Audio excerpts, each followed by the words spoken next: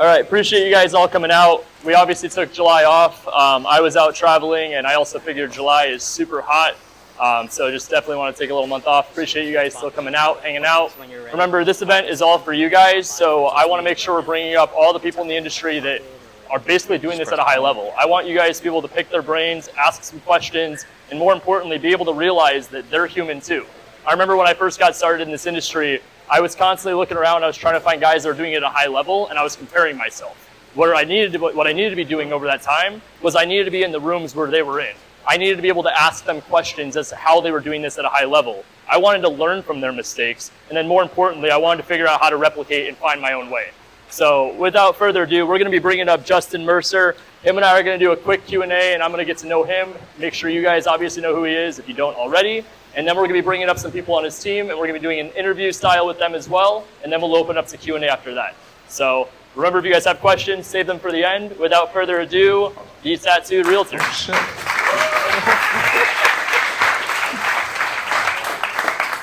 All right. What's up, Justin? Hey. Okay. All right, man. So we're going to do this very casual style. I like to keep it nice and easy, but also I want it to be personal. I want everybody here at the end to feel like they already know you, they love you, they trust you, and then also they can come over and introduce themselves to you, and hopefully, obviously, you can provide some value to them. So yes, without let's go ahead and start from the beginning here. Obviously, I mean, you're tattooed. How did that happen?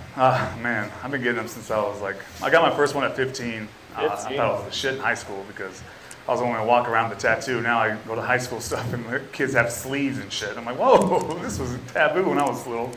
But yeah, I started doing it when I was like 15. I actually was a school teacher I worked with kids since I was 15, but I taught all the way up to 22, 23. So I didn't have anything showing, but then I started driving a semi for a living, and they didn't really care how I looked because they put me in the ghetto. So I just started going crazy, working overtime. So you went from teacher to truck driver? Yeah. So I drove a semi for 13 years. Wow. And how old were you by the time you stopped doing the semi driving? Truck driving? This is 2.5 years ago. Okay. Yeah. So I think that's really important to talk about because obviously what I always talk about with everybody here, I want you guys to understand in life there's variables. A lot of people are going to say there's excuses, there's roadblocks, there's challenges. I like to call it variables because I don't think that any challenge that's presented is not actually able to be accomplished. So I want to start about, you went from teaching to truck driving, but then you went to real estate. Was this always something in the back of your mind? Was this something that was just like a passion, or did you just fall ass backwards into real estate? So I've always liked real estate, so like $1 Million Listing was my experience with real estate for forever. It's something I wanted to do. I remember when I sold my first house, I did a sell-by, so I sold my house and bought a house, and when I looked at the settlement statement, I was like, holy shit, I can't believe my real estate agent made that much money. And that's when I was like, I really want to do it. And I was stuck in that job where it was dead end. I had horrible, like crippling anxiety. Like it was just the worst job I ever worked. And I would literally sit at a gas station and stare at men and women getting out of the Mercedes and just like suit and tie. And I was like, damn, well, like where did I fuck up where like I'm looking at other people like living vicariously through them. And that's when like I was like really wanting to do real estate because I was so into like I used to drive to Camelback just to look at architecture and houses. And it was just something I never thought I could use, but it was just me putting that own thought in my head. Like you're never gonna do this because you just ruined it by the way you look. So how old were you then when you got into real estate? Well, I lie about my age a lot, so I'm actually 38. I tell most people I'm like 33, 34. Sometimes I pass for it, but I'm 38 now. I've been only doing real estate for 2.5 years, so I started when I was like 35. So I think that's one thing is that I want people to understand that you could start at any age in this industry and you could take off right away. So you started at 35. Did you start solo? Did you start on a team? Was there a mentor? So like I want to put this in everyone's head. Like when I got into real estate, I knew nothing about real estate. Like I said, a TV show was my real estate knowledge. My marketing knowledge was nothing, and my branding knowledge was nothing. I knew nothing about branding. I knew nothing about marketing. I knew nothing about real estate. But I knew me, and I know work ethic. And your character and work ethic will always speak louder than any kind of look you have. And that's what like so great about real estate is everybody's got an opportunity. So if you think you don't have an opportunity, it's because you have a shitty mindset. It doesn't matter if you race, color, religion, face full of tattoos, single mom, you were married for 10 years and your husband left you and he said you'll never be anything. Like, it doesn't matter who you are, what your background is, what you came from, immigrant, like whatever it is, you all have the same opportunity. It's whoever is going to do it, like whoever's going to take the opportunity and run with it is who's going to have success. I mean, no one thought I would do shit. I asked my friends and family when I first started real estate, like how they would view me. And none of them thought I would ever make it. Not because of me, just because the stigma that's around your look. You're never gonna get past people. But it's important to ask these people to say, hey, this is my idea, like what do you think? Ask your friends and family, the ones you love, like what do you think of this? Because they're gonna tell you the truth. They're gonna say, oh, it's your look, it's this, it's that, and now you know what you have to overcome. Like they just gave you the reasons what they view you doing. So like you're gonna have to overcome everything they tell you. So take that into your career, because I took everything people told me into my career, and I tried to prove them all wrong.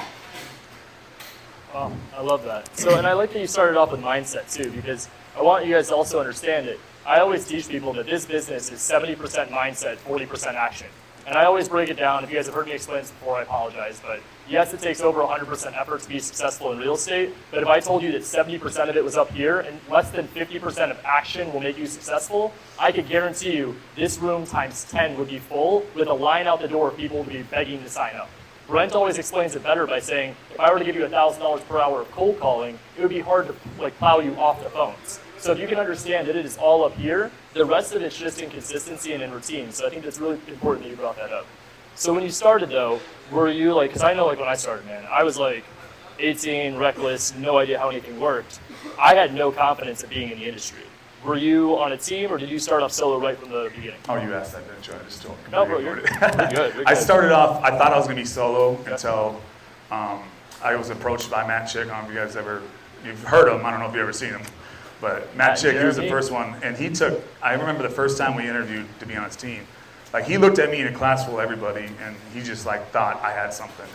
And when the first time he interviewed me, he like cussed within the first second. He covered his mouth. He's like, oh, sorry. I'm like, dude, you don't gotta be sorry, like be you. But like I clicked with him like that. I ended up going with another team because my ex was like a recruiter for that team and she got me.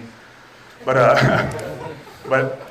like my business didn't start until Matt, like he was the very first one that ever like bought into me and what I did. And it felt good that somebody else believed like my vision, because my visions are crazy and he just like rolled with all of them.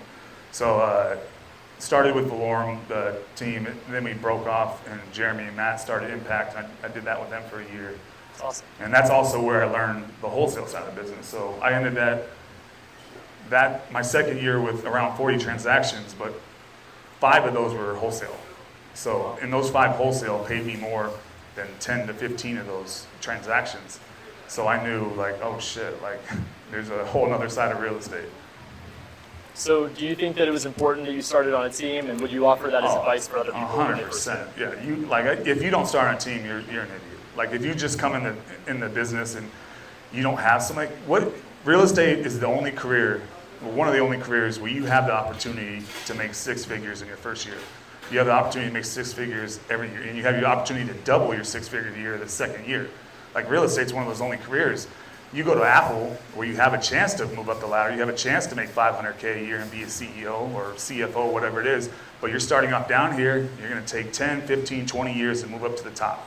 Like why is real estate any different? Why do you guys come in here thinking you can be any different than any other career? Like take your time, take your first year and learn everything. You don't know the business. School doesn't teach you the business. School just is a 90-hour course you gotta fucking pass. 90% of that stuff you don't use. Like get on a team, it does not matter the split. Like I hate when agents come in, they're asking for a split because you don't even have business yet and you're asking what a split is. Like go to a team that's gonna give you the most knowledge, because knowledge is what's gonna get you through. Get a pipeline, teach you how to maintain that pipeline, because once you get your first transaction, you're like, oh my gosh, I'm getting paid, and now you didn't prospect for those 30 days, you got a transaction, and now your next 60 to 90 is screwed. So go to a team that's gonna hold you accountable, that's gonna give you the knowledge. My first year, I didn't want people to come to me for my look. So it wasn't, oh, I'm gonna use him as face and heads tattoo. No, like that's my foot in the door. My marketing is my foot in the door. But why are you using me is because I took my entire first year and I went to lunch with Russell Shaw like 2 or 3 times. I call him every week. We had text messages all the time. When I was trying to overcome something or trying to do something else, I had 5 top people in the industry where I can talk to. Greg Hay, we went to lunch a couple of times. Everyone hates 72 Sold, and I'm like, okay, we're going to go to lunch because then you can figure out what you're doing. So take your first year and have every single lunch you can, go to every single class you can, because the knowledge is what's going to get you through. Oh, without a doubt, man. That's like one of my favorite things too, is that I always tell people when they're brand new in the industry, you have to leave the ego at the door. When you first get started, you don't know what you don't know. And I'll even argue that your first 5, 6 transactions, even when those are done, you come out of it, you're like, I still don't know this part of the process, or I'm not going to understand this until this happens. And it's all situational. This goes back to variables. But I think there's a lot of importance to that, and I want you guys to understand, even if it's not a team, you need a mentor. You can get to where you want to be by just taking action, yes, but you're able to shortcut a lot of it by getting around rooms where, again, guys like Justin are in here. He just mentioned that he was calling Russell Shaw. He was calling Greg Haig. I mean, the amount of people I know that they see that and they either compare themselves as to why they're not there, or they hate the guy already from the start because they're not there. That's like where most people go to. You had the different mentality of, how do I get these guys in the room? I mean, you had me and Jake head over to your office to go and teach you guys MLS stuff because you're like, hey, I need help. Great, let's go out there, let's get you guys where you need to be. You're surrounding yourself with those guys that are doing what you guys are trying to accomplish, providing value, obviously, but then those are people that want to reciprocate to you. So that's a huge nugget. You guys make sure you take that away. I want to talk about your team. We're obviously going to interview them here in a little bit, but you transitioned from being on a team to starting your own team. A lot of times people in the industry, they feel like it's so hard to go out there and start your own company or start your own team. What made you want to go and start your own team? I didn't. I wanted to be solo for my first year, so I saw what Impact was going, and they were taking off, and I wanted that for myself, too. I didn't want to, try to start later on in my career, so I decided to split with them very amicably. Those guys all always have my back and always have theirs, but I wanted to be solo. So I did it for about 3 months, and I was approached about maybe starting a team, and I wasn't ready. I told the person I was not ready. I said, I'm not ready to start a team. I think it takes a lot of responsibility, because I think it's irresponsible that you can be 2 years in the business and start a team. Like, just me personally, I think it's irresponsible just because there's an 80% fail rate in the field. And if I did amazing my second year, I still don't know the business. Like, I'm 2 years in, I still do not know the business. So I thought it was irresponsible if I started the team. Then I went to family reunion in Florida and talked to a bunch of brokerages, and they were all saying, oh, you want a satellite office with your stuff? We want a satellite office for your stuff. You should start a team, or you should start a team over here and have a satellite. And I was like, I don't even have my own team. So I came back and I told the person, I was like, hey, I'm not ready yet, but maybe in December. And it was like more like I had to move now. So what I did is I told them what I can provide. So I can't train you like a lot of teams train you. And we ended up, since partnering with Templeton, like, we had more training than anyone now. So, but I thought I would present what I could give them, because I think responsibility-wise, here's what I can offer you. You decide whether or not it works for you. So I can, That's awesome. yeah, I can teach them how to market. I can teach them how to social media. I can teach them stuff that's going to blow up their business. But also I can teach them now how to balance their business more, because that's what I was going to. I did those retail transactions last year, but those 5 that paid me more, I decided to move more half and half. So I wanted half retail, half wholesale, flip side of my business, and that's what I wanted to build my team around. It's just the different avenues of income in real estate. And how many people are on the team now?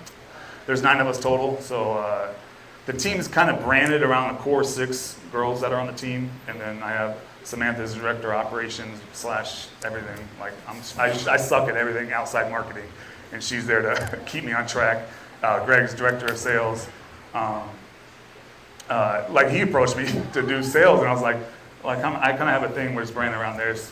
But he just had this whole plan of what he can offer, and I was like, everything I'm bad at. I don't script, I don't cold call, I don't door knock, I don't do these things, so my skill set sucks. But I want my team to be vast knowledge of everything. So that's where Greg comes in and teaches them. I don't even have a CRM, so like, Greg having a CRM, doing calling, he's a FISBO master. If you ask anyone in our office who's the best caller, they're going to say Greg.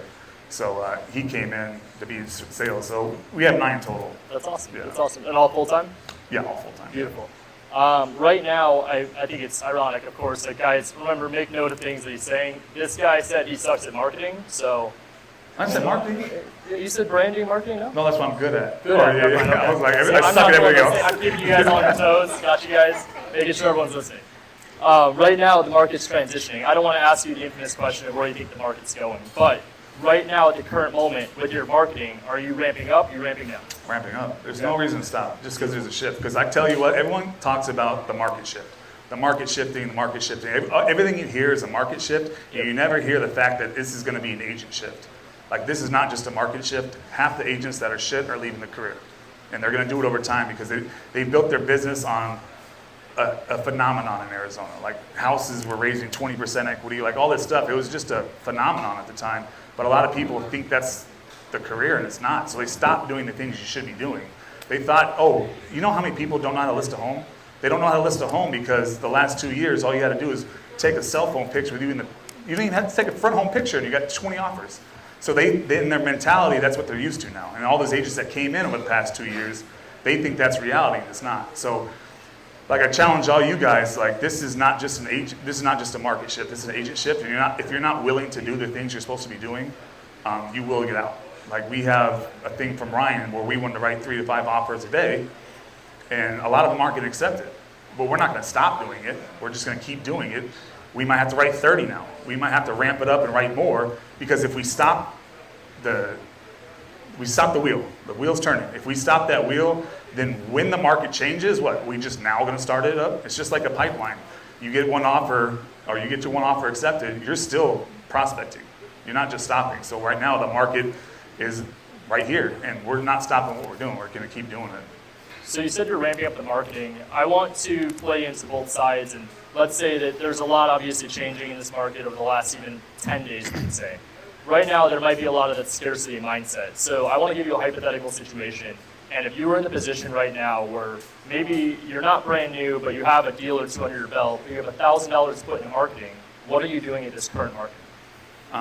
Well, I feel like my marketing is different because just the billboard idea, like, I don't think any agent's ever been successful with billboards, and I think I am just because of the look I have. Sure. So I use that to my advantage. I find my superpower. So what is your superpower? And I challenge you to what got you the deals. Because if I look back at my career, to all my transactions, and I say what got me those, it wasn't billboards, it wasn't calling, it was door knocking, it was social media. And it was a lot of it from the videos I was doing. But if I look back to my last year, I've made like 3 videos. Like, I was doing this shit every week. It kept giving me business, and I was attacking social media.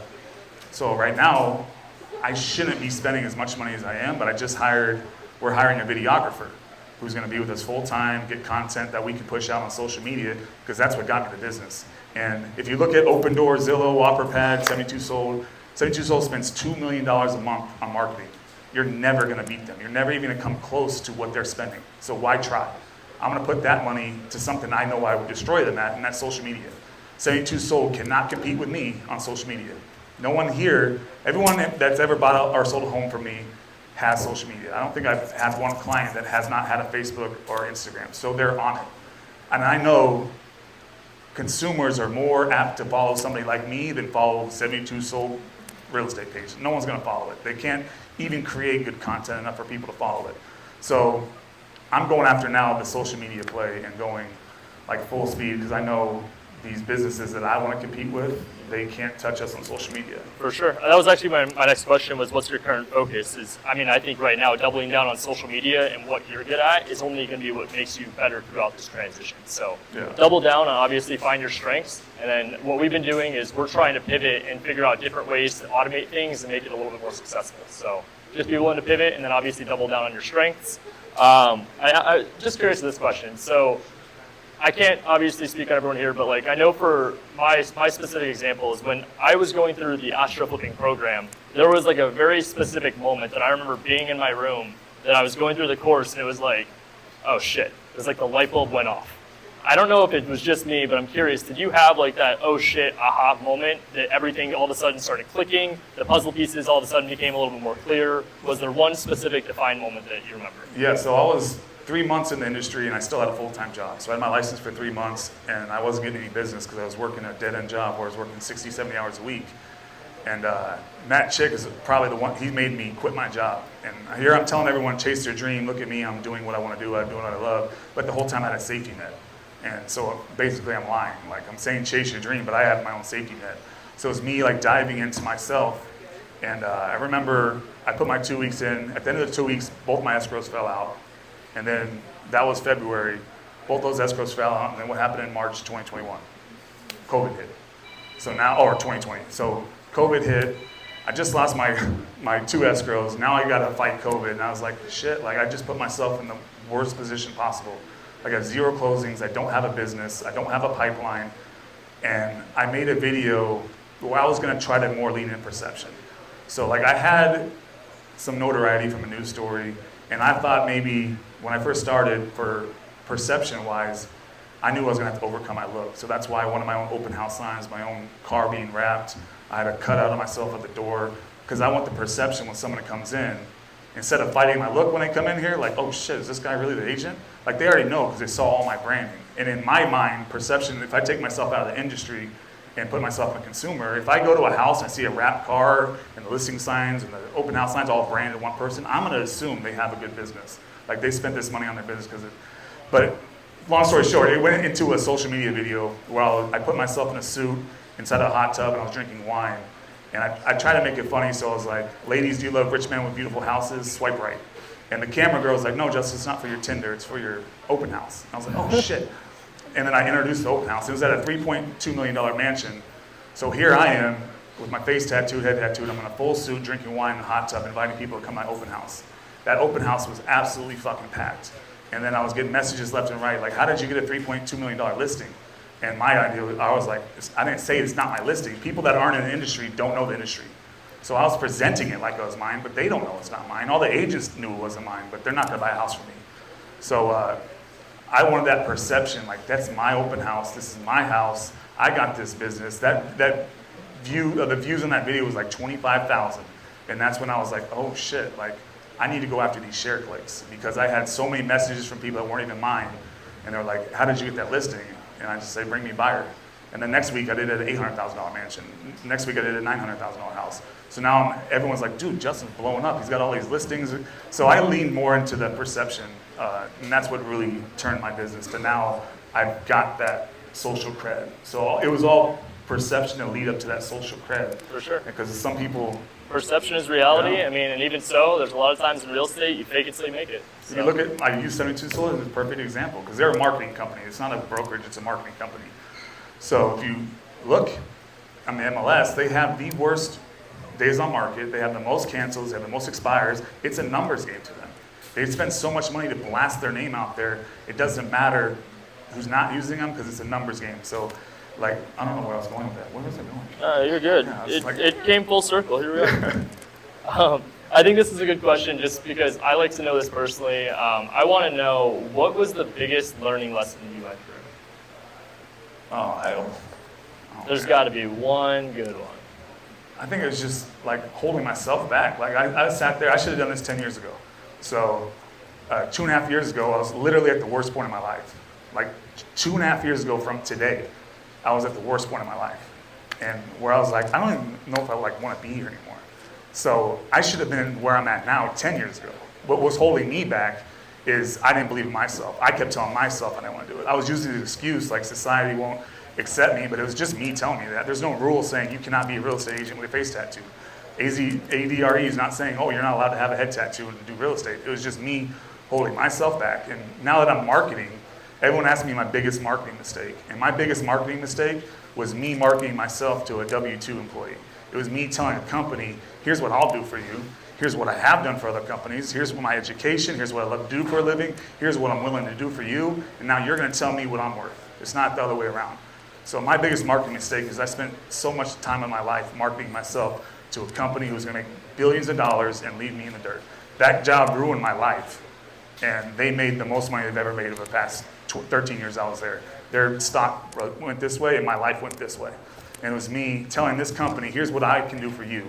So now I just challenge everyone, like lean on themselves and tell you what you can do for yourself. Look at yourself, and it sounds so cheesy, but sit down there and interview yourself and say, here's what I can do for you. Here's what I'm willing to do. Here's what I have done. Here's my superpower, and just lean into it. For sure.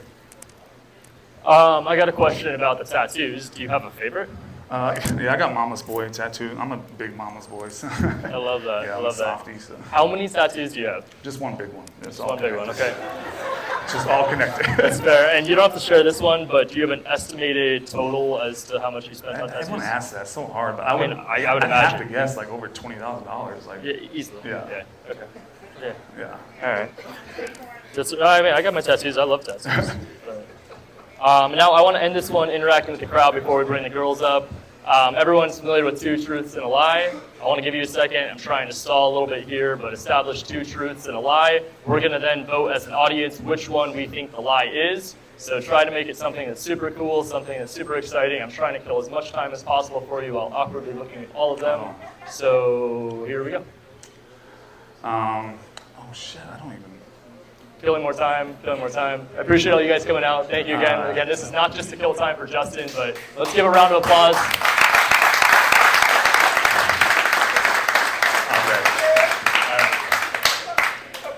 I'm a roller coaster addict. I've been to 20 different theme parks and rode roller coasters in all of them. I've been in 21 music videos, and I had a TV commercial that plays during Monday Night Football. Okay, so TV commercial that plays through Monday Night Football. We have, what was the second one? I've been in 21 music videos. 21 music videos, and then you love roller coasters. Roller coaster addict. Okay. I've been to 20 different theme So parks. let's go ahead and we're going to start the first one off with roller coasters. If you think this was the lie, raise your hand. All right, 21 music videos, raise your hand. All right, and then the last one, I blank again. What was the last one? Monday Night Football commercial. Raise your hand. All right, which one was It's it? a roller coaster. Roller coasters, I yeah. can't stand roller coasters. The tattoos are up front. I got you. I'm the same Everyone's way. like, I'm you're all tattooed. scarier. I'm like, I'm a big fucking pansy when it comes to certain things. I'm the same way. I've got my tattoos on my arms, and I show up to get blood drawn, and I'm like, I fucking hate needles. Yeah. And they're like, I'm like, no, literally. So no, I get it. Guys, we're gonna bring up Justin's team now. Ladies, if you guys want to come grab a seat, we have Albert joining the panel too. We're gonna do a quick little Q&A with the girls, and then we'll open up to Q&A for you guys to be able to ask some questions to them as well.